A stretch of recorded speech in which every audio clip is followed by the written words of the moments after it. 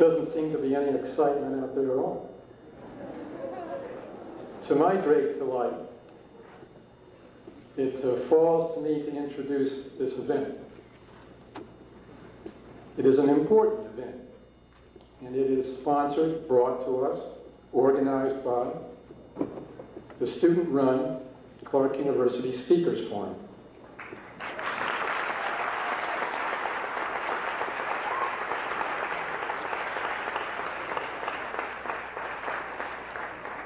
You don't need to have been around Clark University very long to understand that the Speakers Forum has a fine tradition of bringing to this campus important and provocative public figures.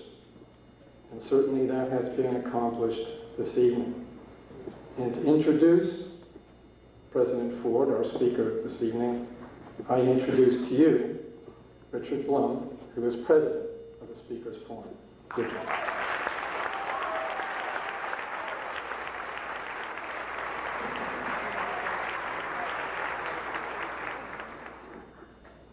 Ladies and gentlemen, and members of the Clark University community, welcome to the first Speakers Forum event of the 1990 academic year. This evening has special meaning as we present the first former president of the United States to ever address Clark University.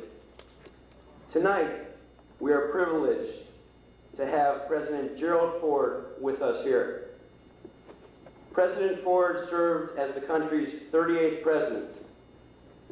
A life that has been devoutly dedicated to public service, his political career began in 1948 as a member of the United States Congress and continued for 13 years, 13 terms in the House of Representatives. He then served as chairman of the 1968 and 1972 Republican National Conventions. In 1973, President Ford became vice president under Richard Nixon, and then later became president following the resignation of Nixon in 1974. President Ford took over the office at a very controversial time in history. A nation that had become troubled and divided surrounding the events of the early 1970s, Ford is credited with restoring confidence among the American people in such a difficult time period. President Ford still plays an active role in American politics as a respected elder statesman and a distinguished author. Following President Ford's remarks, there will be a question and answer period in which brief questions may be asked of the former president. We ask for your cooperation during this part of the address. Also, a small reception to follow in honor of President Ford will take place in the Atwood Blue Room. For those who have tickets to attend, and for security reasons, we ask that only people with tickets be admitted. The Speakers Forum would also like to extend its welcome to those guests who could not find seats inside the auditorium and are outside on the lawn listening to the speech via outdoor speakers. Hello out there. Now, without further ado, on behalf of the Clark University Speakers Forum, I present President Gerald Ford.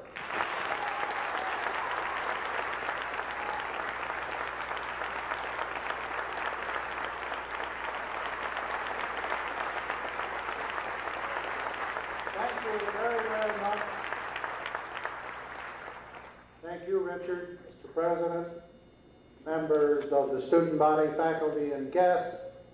It's a very high honor and a very great privilege for me to have the opportunity of coming to the Clark University campus and to participate in the Speakers Forum. I'm very, very pleased and honored with the outstanding reception, the warmth of your welcome. And I deeply appreciate Richard's much too kind, far, far too generous introduction. It is a little different than the kind of comments I ordinarily get from my golfing buddy, Bob Hope. Let me illustrate. Last March, I was playing in the Dinah Shore Pro-Am with Bob Hope, and as we went to the first tee, there was a huge, huge crowd waiting to see Bob tee off. And as he put his ball down on the first tee, one of the spectators said, "Hey, Bob, what's your favorite foursome?" Bob turned around and he said, "My favorite foursome, Gerald Ford, a faith healer, and a paramedic." But speaking of Bob, you know, he's a wonderful guy and he does so many wonderful things all over the country for charity. And he's a dear, dear friend of my wife, Betty, and myself. But I resent Bob going around the country commercializing on my golfing inadequacies. For example, he says I made golf a combat sport. He says I'm the only person that can play 4 golf courses simultaneously. He calls me the hitman for the PGA. He says I played so badly the other day I lost 2 balls in the ball washers. But then his conscience bothers him because he's a very dear friend of mine, and he concludes this diatribe by saying, "Well, the president played better the other day. He had an eagle, a birdie, an elk, a moose, and a mason." To be serious, if I might, let me say it's a real pleasure to come on a college campus like Clark University. Since leaving the White House, I have visited, lectured, taught at 170-some college and universities all over the country. Big schools, small schools, state schools, private schools. I've been to 4 black colleges. It's been an exhilarating, wonderful experience for me. And may I say, without any hesitation or reservation, I can say from this practical grassroots experience in the last 14 years that I have a lot of faith, I have a lot of conviction that your generation, and you're part of it, will do a wonderful job for our country when the reins of government at the local, the state, or the national level are in your hands. You have my total commitment to the future of America with this generation, and you're a part of it. Now, before we get to the Q&A that Richard mentioned, let me make a comment on several developments and challenges facing the United States in foreign policy. Number 1, Eastern Europe. Question, why did it happen? Second, where are Hungary, Poland, Czechoslovakia, Yugoslavia, East Germany headed in the months and years ahead? What is the potential today and tomorrow of U.S.-Soviet relations? And thirdly, the crisis in the Middle East. Within the last 18 months, there have been tremendous developments in Eastern Europe and equally in the Soviet Union. Now, a lot of politicians and a lot of partisans, Democrats as well as Republicans, have tended on occasion to take credit for what has happened or transpired in Eastern Europe and the Soviet Union in the last few months. I respectfully reject the claim of any politician or any political party for these very historic developments. And let me very quickly review for you what I think has happened over the last 45 years. Back in 1947-48, President Harry Truman submitted the Marshall Plan, which was a tremendous initiative on the part of our country to help the Western European countries rebuild their economies from the devastation of World War II. And the fact is that that tremendous economic shot in the arm is what gave to Britain, France, Belgium, etc., the capability of developing their economy from the devastation of World War II. On the other hand, on the other side of the Iron Curtain, for the last 45 years, we've had literally poverty. So, U.S. government policy, which was proposed by a Democratic President, Harry Truman, but strongly supported in the days of its initiation by the Republicans who controlled the Senate and the House. Senator Arthur Vandenberg of my state of Michigan was the principal, or was the chairman of the Senate Committee on Foreign Relations. It was a bipartisan effort. But the point is that that program, which was an American program, brought prosperity to Western Europe in contrast to the poverty under communist dictation in Eastern Europe. And then a few years later, in 1951, the United States government took the leadership role in establishing the North Atlantic Treaty Organization, NATO. It was a group of Western industrialized nations who said, we have to unify militarily in order to prevent the Warsaw Pact under the leadership of the Soviet Union from overrunning Europe. And you realize, because of the strength of NATO's military forces for the last 45 years, we have had the longest period of peace in Europe in the last 200 years. Thirdly, well, let me add, the NATO program was a combination of the initiative of General Eisenhower and President Eisenhower with the help and assistance of the Democrat leaders in the House as well as in the Senate. Again, a bipartisan effort. And then we had the Helsinki Conference in 1975, where 35 nations, Eastern Europe, Western Europe, got together and signed this historic document which gave to the world a capability of pointing out the lack of human rights in Eastern Europe and the Soviet Union. The Helsinki Accords have been carried on, and we've had about 3 subsequent meetings where the world had the capability of illustrating the lack of human rights on the other side of the Iron Curtain. Well, when you had prosperity versus poverty, when you had the contrast of peace versus war, and the contrast of human rights on our side and the lack of it on the other, eventually, in Eastern Europe and in Russia, the people were going to revolt. I happen to think what has happened in Europe in the last 18 to 24 months was an outgrowth of sound policies which have been supported in America by the American people. I don't think any president, I don't think any party, Democrat or Republican, can claim credit. It's my strong belief and conviction that the American people for the last 45 years have deserved the credit for the kind of policies that have produced results.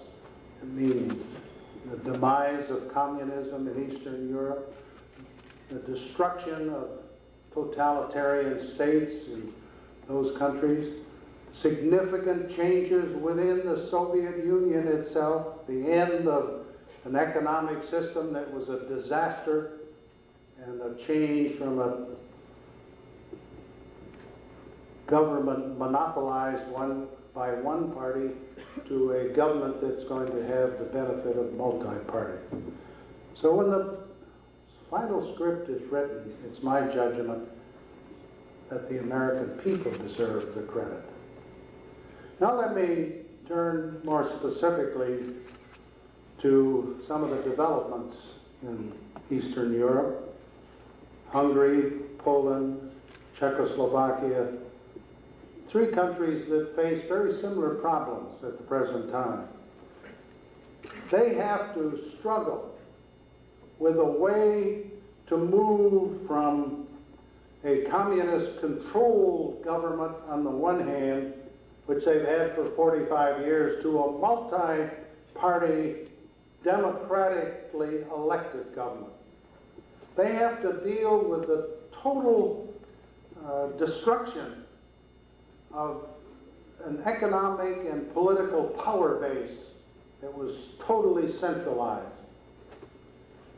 On the other hand, they have to move from a Marxist economy to a market-oriented economy. They have to go from a planned economy on the one hand to a free market system on the other. Now, the three countries I've mentioned are more or less in the same category.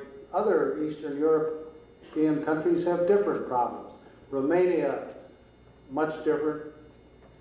Yugoslavia, considerably different. Yugoslavia's main problem is trying to stay together as a country despite the 6 or 7 different nationalities, the Croats, the Serbs, etc., that Tito brought together, but since his demise, the problem has gotten more and more serious.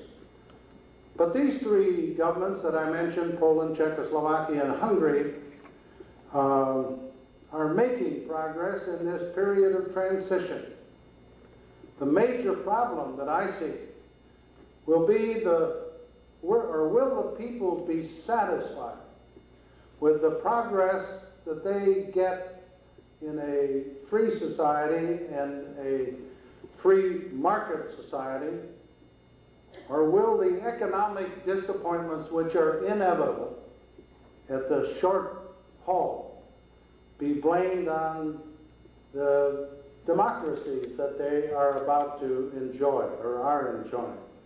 Frankly, I'm very impressed with the conscientious efforts of people like Havel in Czechoslovakia and the others who are seeking a key, are trying very desperately to establish not only a multi-party system, but are seeking to move their economy away from the depressing experiences they've had with a communist economic system for the last 45 years. The question that we face in this country is, what should the United States and our Western allies do to help in this period of transition? Obviously, they need financial help. They have asked us, and they've asked their Western European neighbors to assist them financially. I think we ought to do it in a bilateral way, and in a multilateral way, I should say. The United States should not be the sole banker. The United States should be a part of a coalition that ought to help these countries financially in this period of transition. The case of East Germany is different. It's unique. And I've noticed, as I'm sure many of you have, that within the last day or two, West Germany has committed, as I recall, $7 billion to help in this transition as Soviet troops move out of East Germany and return to the Russian soil. In addition to financial help from the West, we can do a tremendous job in helping with technical assistance.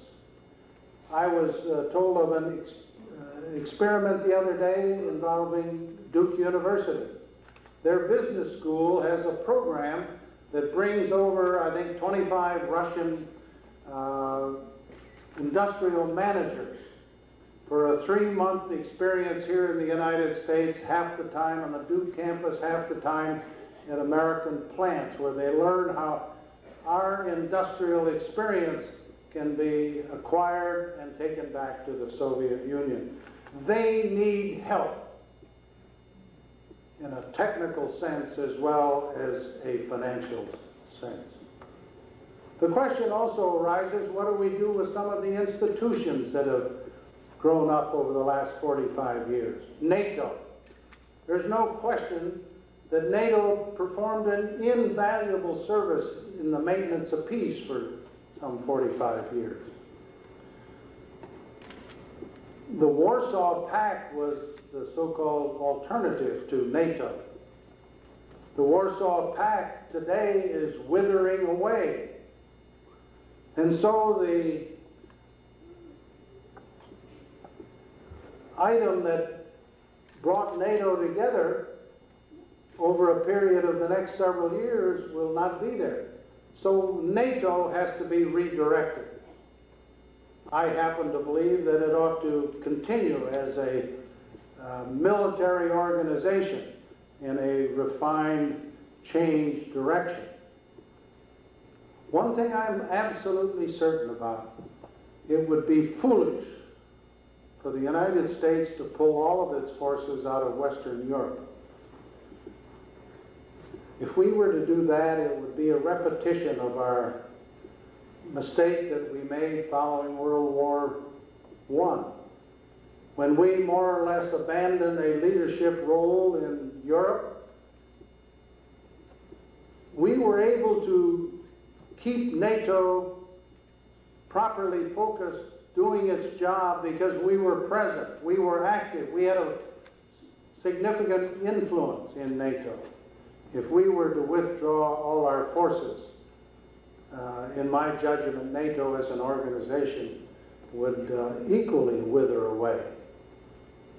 We don't have to keep as many troops, military, there as we have for the last 40-some years, but America must have a presence. We don't want to go through another excruciating experience, World War III, because we foolhardily withdrew all of our military presence from Western Europe. As I said earlier, the Warsaw Pact is bound to disappear. Soviet Union can't afford to carry on the kind of a massive effort that they had for the last 4 decades. The various Eastern European countries no longer look upon the United States and our Western allies as enemies. The situation has totally changed, so the Warsaw Pact, for all intents and purposes, will be gone. It's very interesting to read and to hear that one organization that is looked upon as a possible bridge between Eastern Europe and Western Europe is the Conference on Security and Cooperation in Europe. It was an outgrowth of the Helsinki Accords, where 35 nations on the eastern side of the Iron Curtain and the western side of the Iron Curtain, plus Canada and the United States, got together.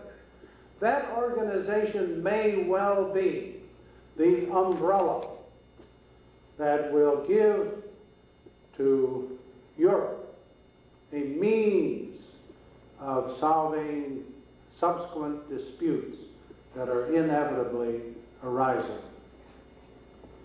The question is, what direction is going to happen or take place between the U.S.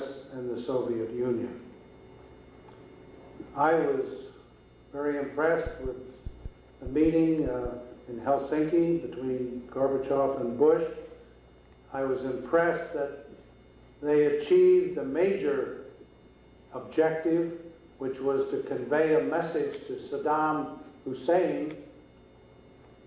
I was also impressed that 2 world leaders could get together, agree in part, on the other hand, could agree to disagree in certain other areas.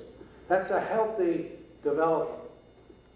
Not only that they can disagree, but they can frankly and freely admit in certain areas there's not unanimity.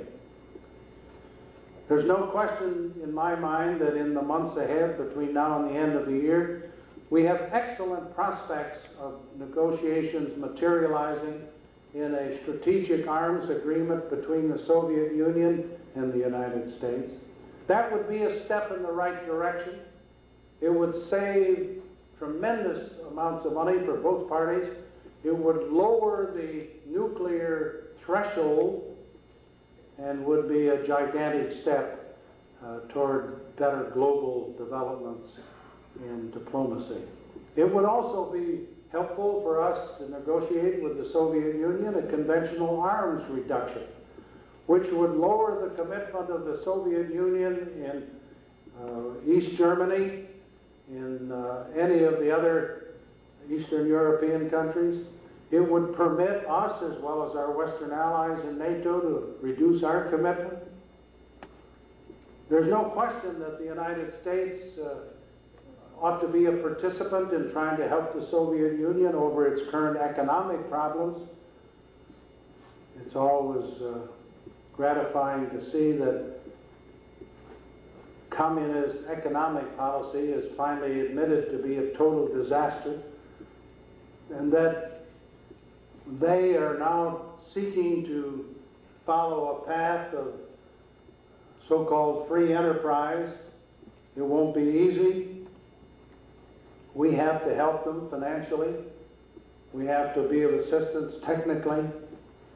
I'm encouraged when I see the relationship between Mr. Bush and Mr. Gorbachev and compare that relationship with even the one that I had with Mr. Brezhnev, or that my predecessors had with Mr. Stalin, Mr. Khrushchev, and others. It's a much healthier tie between the Soviet Union on the one hand and the United States on the other. Now let me turn, if I might, very quickly to the crisis in the Middle East. I try to look at that from the point of view of what I would have foreseen as my options if I had been in the White House on August 2nd when Saddam Hussein took the action and moved into Kuwait. It would be my impression you had three options. You could do nothing, absolutely nothing. Let the aggression take place. Secondly, you could rapidly react militarily, which would have precipitated a shooting war right away. Or you could do what President Bush did, send our troops in there primarily at the outset to present a defensive posture and initiate overnight a diplomatic effort through the United Nations and elsewhere.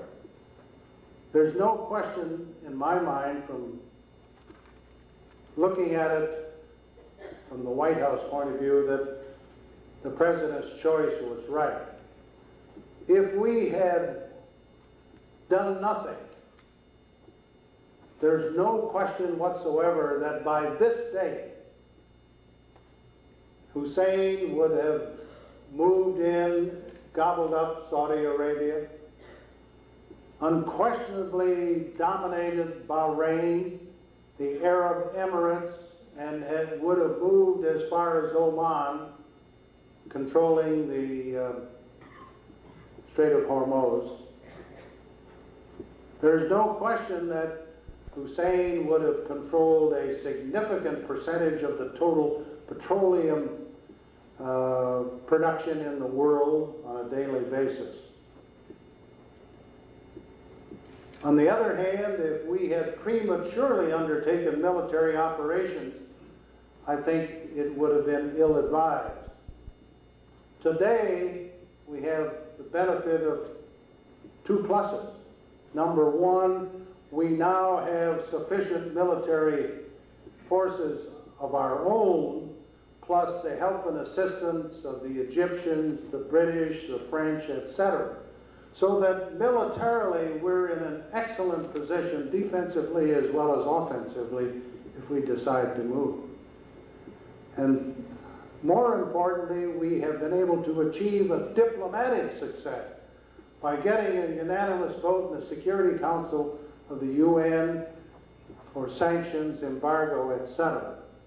So the President has selected by far the best of the three options that he was faced with at the time. Now the question is, what is going to happen in the months ahead? I don't think there's anyone who can foresee with certainty what the outcome will be at this point, or how there can be a successful result. I'm very optimistic that we, the United States, and our allies will prevail. And I hope it's prevailing by a non-military solution. And if we're patient and let the embargo of the other actions that are now in effect take place, if we're patient, there's no doubt, in my judgment, that Iraq will have to find an answer and return to their own borders. I would hope that by being patient, we can be successful. You are never certain what Saddam Hussein is going to do. He can, of course, initiate military operations, which in my opinion would be suicide from his point of view. But if we continue to pursue the policies that were embarked upon, I'm confident that we can be successful. The action that took place on August 2nd is a reminder to me that in this very complicated world in which we live, we can never be certain that there won't be some bad news domestically or internationally. Despite that possibility, I'm optimistic about our nation's future.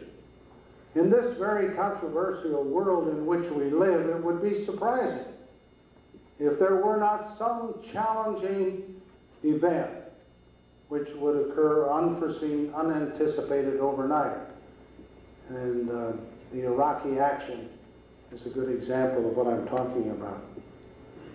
Aside from the international crisis that we face at the present time, we have a litany of serious domestic problems, including the federal budget, which I hope the White House and the Congress can settle within the next day or two.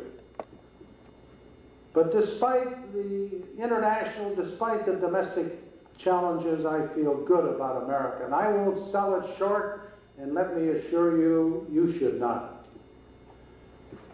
We've got some elections coming up. I read in the paper you've got a somewhat exciting, controversial election here in the great Commonwealth of Massachusetts, and we have several elsewhere around the United States. Now, as political campaigns get hotter, as differences become sharper, and they're bound to, may I respectfully suggest that we singe but never burn.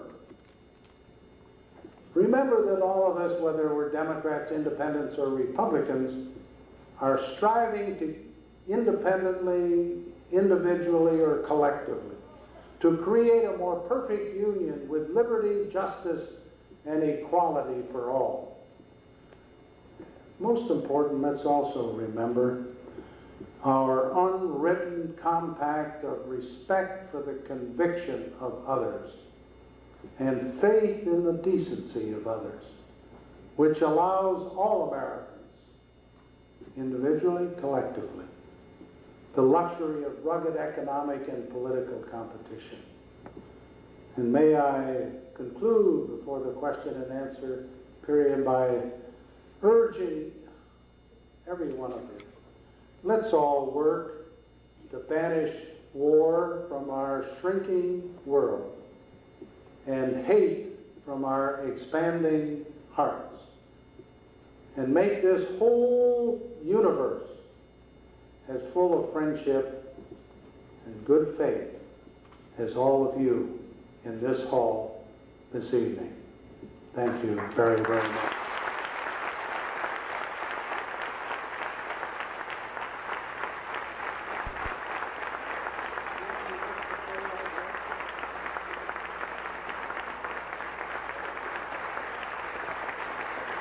Thank you very, very much. It's been an honor and a privilege to be here. All right,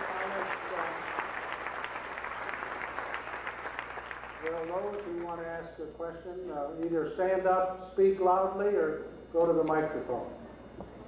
Either way. Yes. Excuse me, President Ford.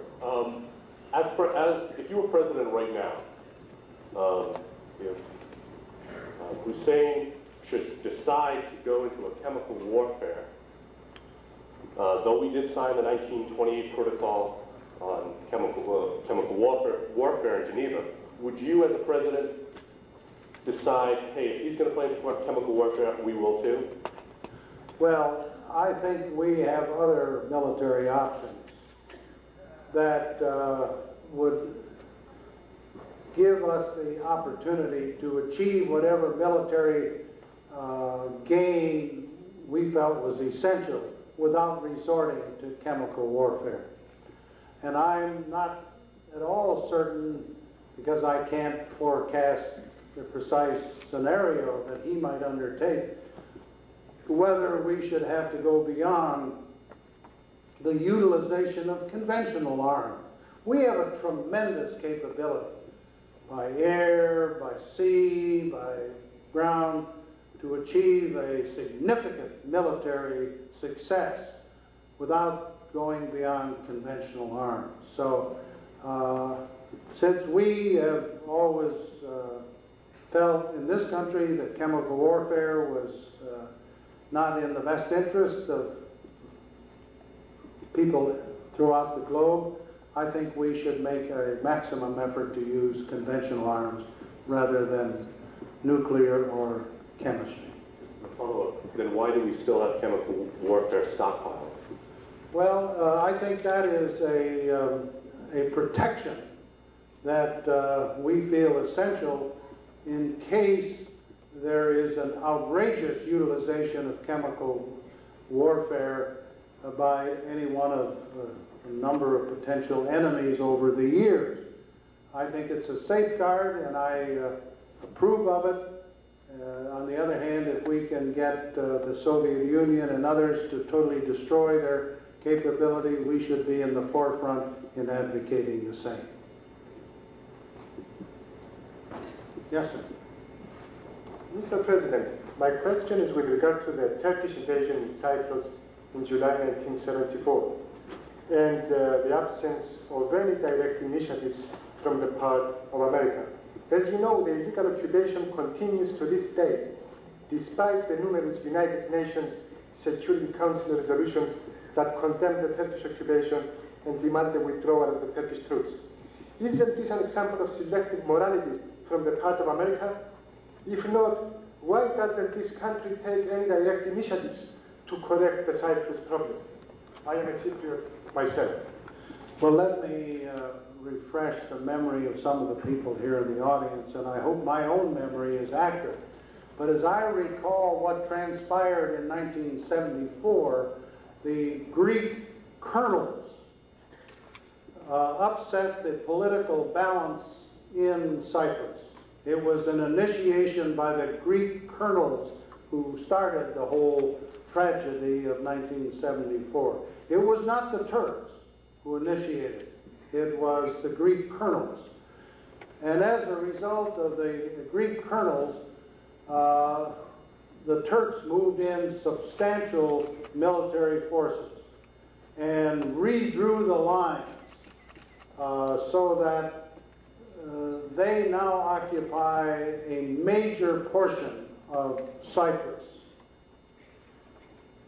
There have been a variety of efforts by the United Nations and others to try and negotiate the withdrawal of the Turkish forces. But the Turks have refused to do so, and I'm not that intimate today as I was when I was in the White House. So I really am not qualified to get into the details. I do know that the tragedy of Cyprus was the stupidity of the Greek colonels. And as a result, the Turks moved in and for the last 16 years have occupied a substantial portion of Cyprus. And there have been no meaningful negotiations to try and get the Turks out of Cyprus. There have been talks going on for, well, 16 years. And unfortunately, there's been no resolution. The tragedy was the stupidity of the Greek colonels in the first instance. What do we do now? Pardon? What do we do? Well, I think we have to continue to negotiate and to try and get some resolution between the present Greek government, the present Turkish government, so that the occupying forces of Turks and others will get out and let Cyprus run itself. Do you justify the Turkish invasion? Pardon? Do you justify the Turkish invasion? Well, I justify it as a retaliation against the stupidity of the Greek colonels.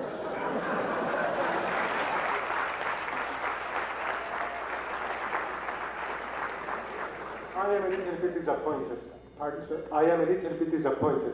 Well, I Because respectfully say, if you hadn't had the Greek colonels do what they did, Turkey would have had no justification in moving into Cyprus. Period. Yeah, but it's not the fault of the simple people in Cyprus. Thank you very much. Okay. Good evening. I just have one question. You attended the opening of the Nixon Library earlier this summer, and even though it doesn't really classify as a library since it doesn't have any of its documents, and it's more of a maybe a little propaganda library, I would like you to explain some of your feelings and motives of why you attended it, and if, obviously you're supportive because you attended it. Well, in the first place, I was invited.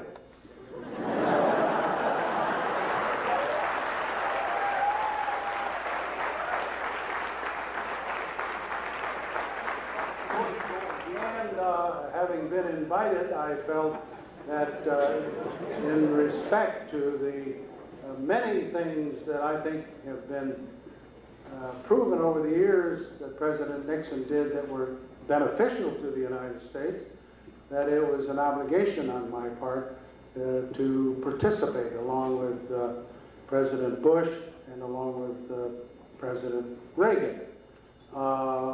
There's no question, in my opinion, that President Nixon made a serious mistake, no question about it. But on the other hand, from the point of view of foreign policy, he had a significant record of achievement. And in paying respect to him by going to the dedication, I felt very strongly that I had an obligation to respect those accomplishments during his administration. Okay, fair enough. Thanks, man.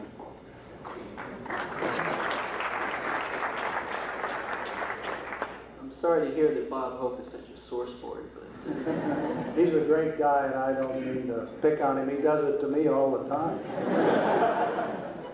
well, my question is kind of lengthy, but I think worthwhile. With the amount of support that the European and Japanese communities have received from the U.S. in the last 45 years, why is Germany and Japan not aiding the Gulf effort more significantly? What kind of sanctions would the U.S. take against the unified Germany after the conflict? And more importantly, what kind of implications to U.S. leadership in the world does a lack of Japanese and German support create? And this is kind of connected, but where is the worldwide coalition without the full support and backing of all major economic powers? Well, first, Japan on the one hand and Western Germany on the other have severe constitutional limitations on what they can do militarily. If you go back and look at the constitution that General MacArthur in effect wrote for the Japanese, they have a serious restraint on what they can do and how much money they can spend, in effect no more than 1% of their GNP. They can never go beyond, I think it's 1,000 miles in the capability of their naval vessels, etc. So Japan's contribution to the current crisis in the Middle East has to be financial primarily. I think they've got a couple of minesweepers they're talking about, but it would be minimal that they could do. But financially, they can and they should do more. And I think the White House is going to put a lot of pressure on it. The same can be said for West Germany. West Germany had certain military restraints written into the various agreements following World War II. So West Germany, and now a unified Germany, would probably violate some of those restraints if they got involved into the Middle East crisis militarily.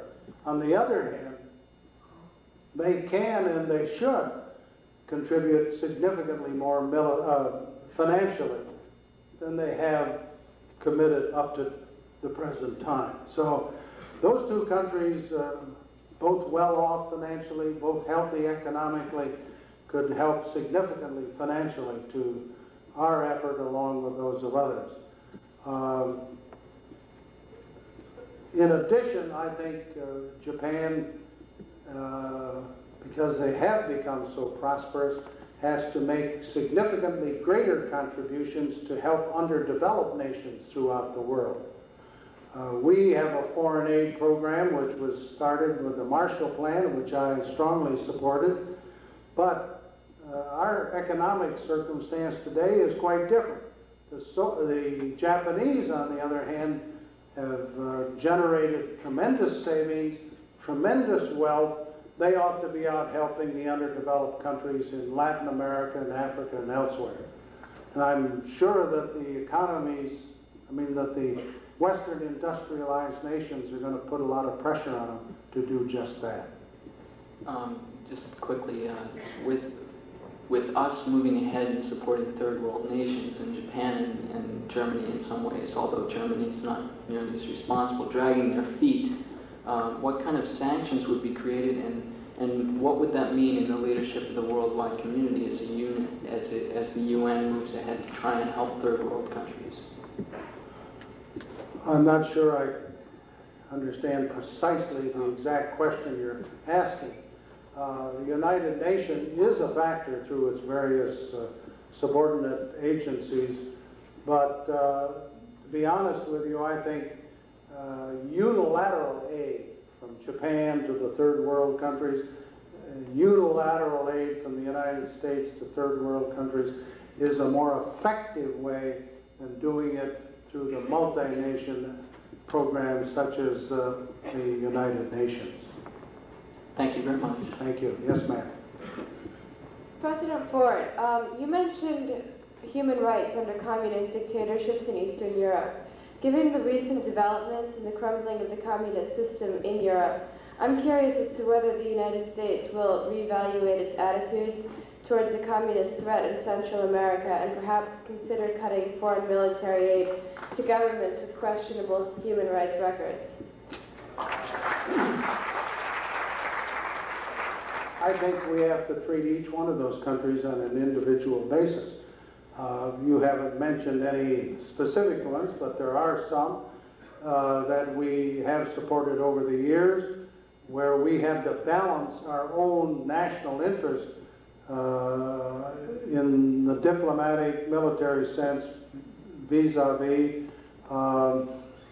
the human rights within a country. For example, there were times when we were supportive of some of the Eastern European countries, even though they had a lousy record on human rights. There were times when we have supported certain Pacific Basin countries at a time when their record on human rights was not the best. But I think over time we have put enough pressure on some of these countries so that they have significantly improved their human rights record. And you have to deal with each of those countries on an individual basis. And where we can put pressure on them, I think we have, and we've made tremendous progress. Thank you. Mr. President, in 1974, you met with Brezhnev in Vladivostok, Russia, for the SALT I talks. There was significant disagreement over limitations on strategic heavy bombers. This issue was never resolved during your term. Did your upcoming election somehow hinder a potential agreement with the Soviets? I didn't hear the last question. What? Did your upcoming election somehow hinder a potential agreement with the Soviets? Well, there's no question that after Vladivostok and a subsequent meeting in Helsinki, we had two issues that were unresolved. One, the backfire bomber that you referred to, and another was seaborne cruise missiles, the range, etc. Those issues we were negotiating on a daily basis. Unfortunately, with the election coming up in 1976, we had to concentrate on the politics rather than on the substance, and so we had to set aside any effort to conclude a strategic nuclear negotiation, a SALT II agreement. I'm confident, since we had achieved about a 95% success, that if I had been elected, we could have resolved the backfire problem, we could have resolved the seaborne cruise missile problem. But we didn't get elected, so my successor had to start from scratch, and they never were able to get an agreement that was ratified by the United States Senate. Thank you. Sir, you spoke of a redirection of the powers of NATO earlier in your speech, and I was just wondering what exactly you would do with the military power of NATO if you had the chance, now that there is less need of it in defense against Eastern Europe and the Soviet Union. Well, I believe it's premature to bring about the demise of NATO. We're all encouraged by what's happened and transpired in Eastern Europe.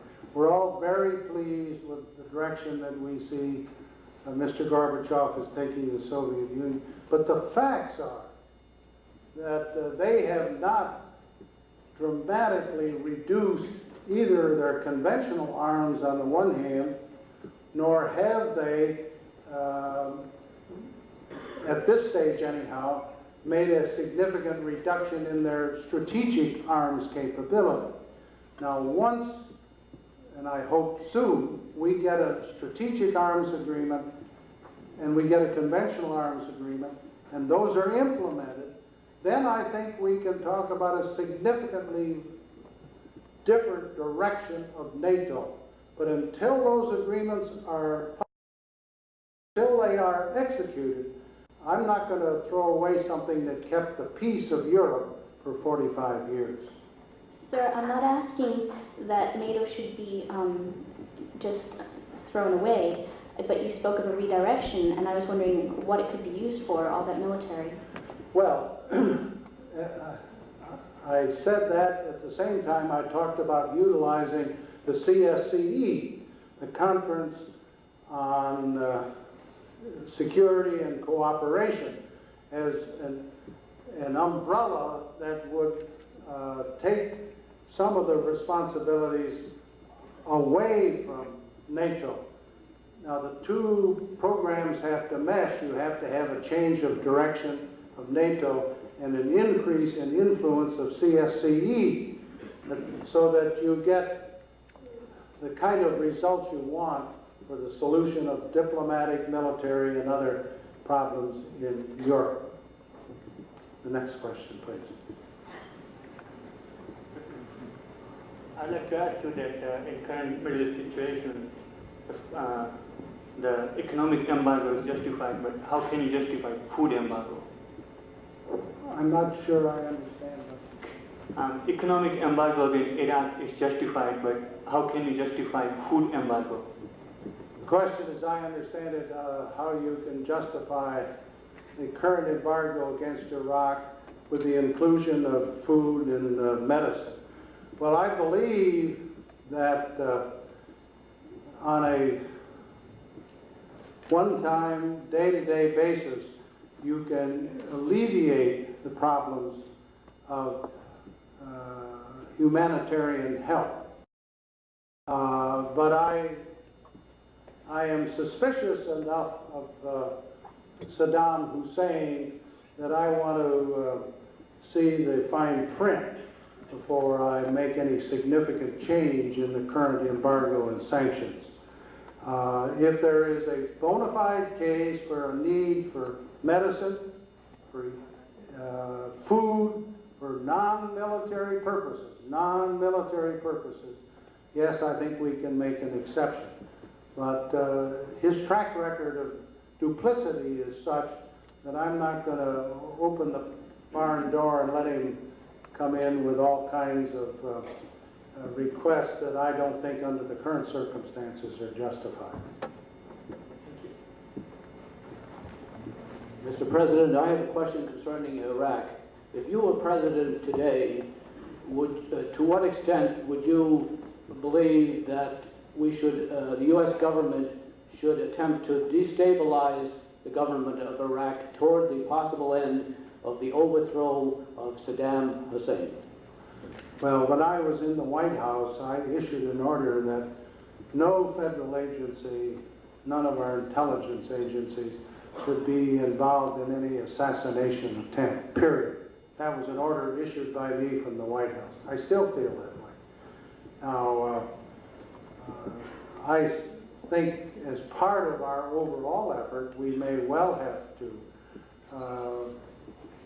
do non-military things to destabilize a government that's as ruthless and irresponsible as his. But I'm not going to stand here tonight and identify those things. I just think that part of our overall effort, the sooner we get rid of that kind of leadership, the better off the free world will be in the Middle East. Thank you, Mr. President. Mr. President, going on to something like a Tiananmen Square raid, a repeat of such an action, what would you do if you were president during something like that, a similar uprising in China? Well, there's no question that President Reagan condemned properly the Chinese action in Tiananmen Square, and President Bush strongly supported it. On the other hand, I think you have to be realistic. We have been making significant progress in getting the Chinese government to take a different attitude from that reflection at Tiananmen Square. They released just recently the outstanding scientist who was confined to the American Embassy in Peking. They've taken other actions that I think are a step in the right direction. I was sorry to see that Deng Xiaoping apparently was at least significantly responsible for some of the actions at Tiananmen Square, because I had gotten acquainted with him going back to 1975 and saw many of the good things that Deng Xiaoping had done in trying to change the orientation of the Chinese government. And so I regret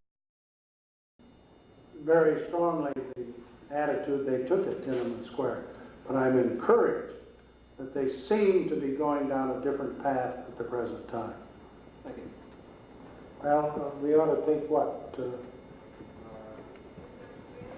2 more? We'll take 3 more questions. Go ahead. Mr. President, there's no doubt that the past 18 months have been seen some monumental changes in Eastern Europe and in communist nations around the world, except for one, which is Fidel Castro's Cuba.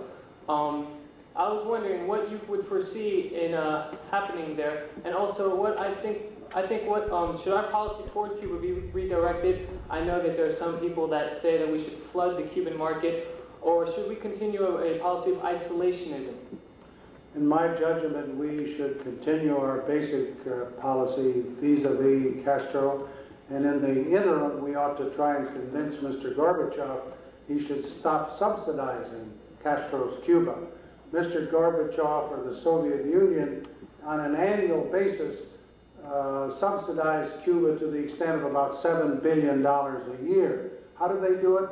They do it in 2 ways. One, they buy all of Cuba's sugar and pay a price higher than the world market.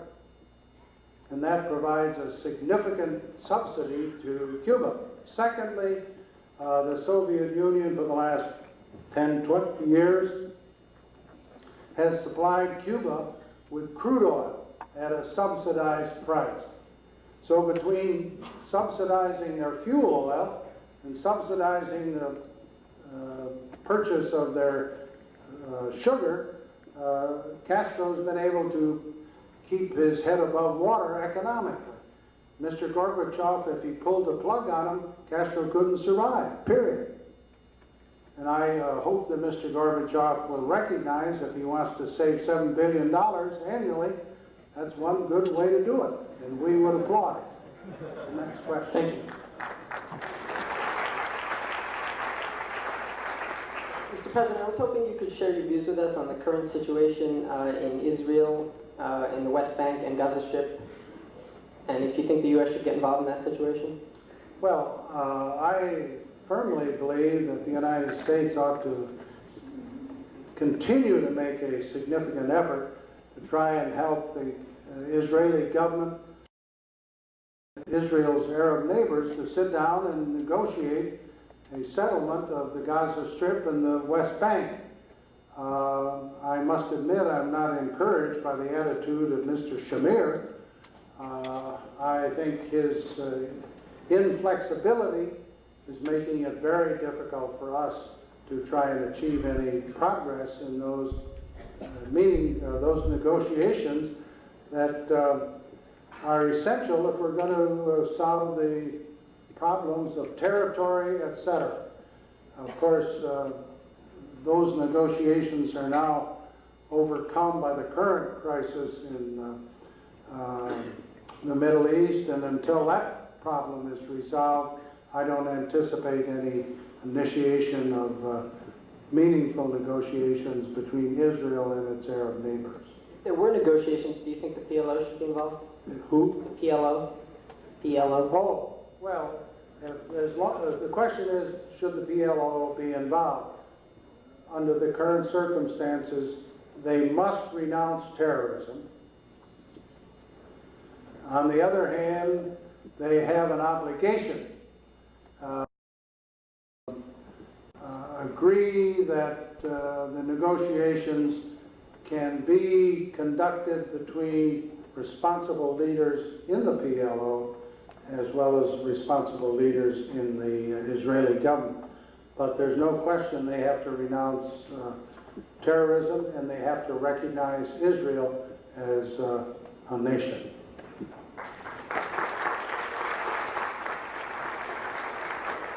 Yes, sir. Mr. Ford, what do you think was the greatest thing you did during your presidency?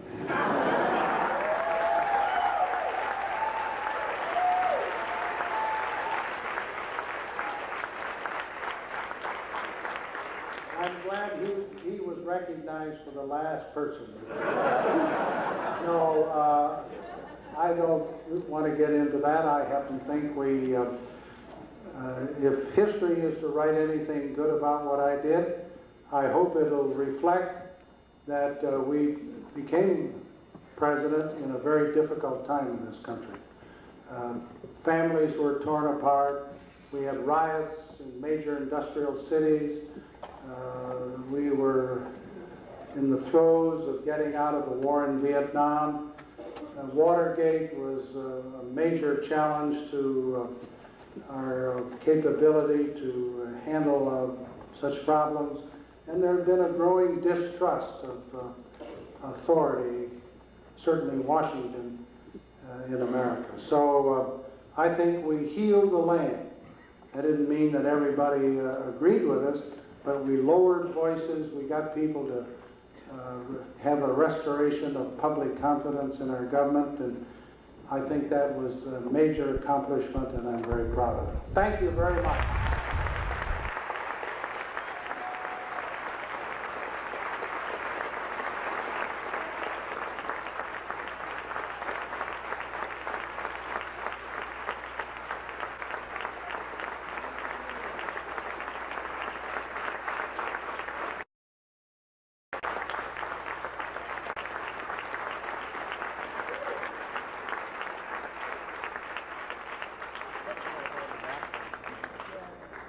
again, we'd like to express our deep thanks to President Ford for attending this event.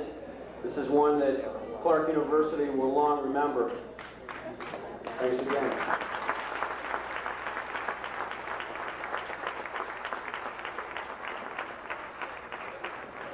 The Secret Service and Clark Police have requested that all people exit the auditorium as quickly and orderly as possible. One announcement too, before you leave, there will be a general meeting for all interested students in joining the Speakers Forum tomorrow at 8 p.m. in the Dana Commons pit. We hope to see most of you there. Thank you again for attending.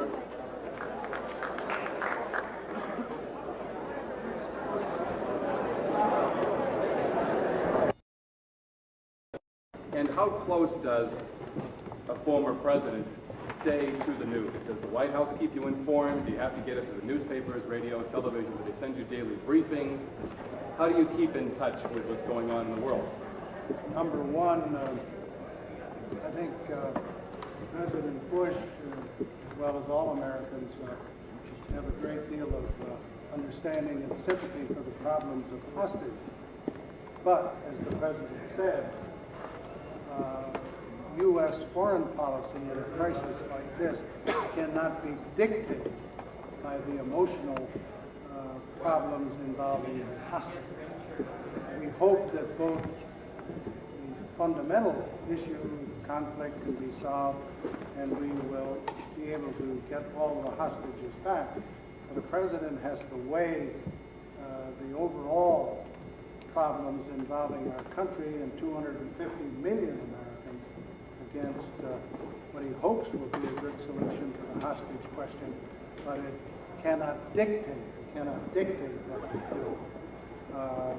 Second question, I get about every week or 10 days, depending on the circumstances, an in-depth, highly classified document from General Scowcroft's office with an accompanying letter by President Bush giving me their appraisal of worldwide international problems. Mr. President, as far as the budget negotiations, any suggestions on where to cut, what type of taxes can be used to help us get the budget? I'm not going to get into the details of either the specific budget restraints and expenditures or the possibility of certain revenue enhancement. That's the new code word for taxing. I think you're going to be faced with some belt-tightening in what we call entitlements or transfer payments. You will find some cutbacks in the military. At the same time, you're probably going to have some excise tax increases and maybe some increases in the income tax fee. There's no doubt that the negotiators have to get together and come up with a package that will produce $50 billion a year in deficit reduction for a 5-year period. That's mandatory, or we're dealing with a time bomb that could cause serious economic problems here in the United States. You're optimistic that can happen? I'm always optimistic. Yes, sir. Bill Whitney, CBS affiliate WNEB here. I have two quick questions. The federal banking insurance program seems to be under a terrible strain. Is that a mirror image of our private banking system by region, or is it an indictment against the entire federal savings program? Well, I hope that the banking system problems are not going to develop into a second S&L crisis. I believe that the proper authorities are cognizant of the danger and therefore are being more alert to take preventive action so they don't have a repetition of the S&L crisis. Now, there are a number of things that can be done. The regulators can toughen up on credit that the banks can make available. The regulators can get rid of some of the bankers who are not qualified to handle their responsibilities in the private sector.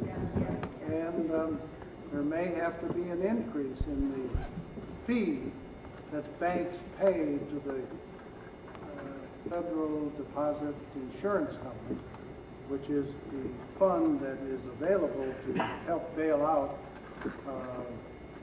banks that go broke. If they get an increase in the fee, that fund should be adequate to meet any emergency. Excuse me? I'm sorry, but we're running late and there's a reception that's going on. They'd really like to see President Ford up there.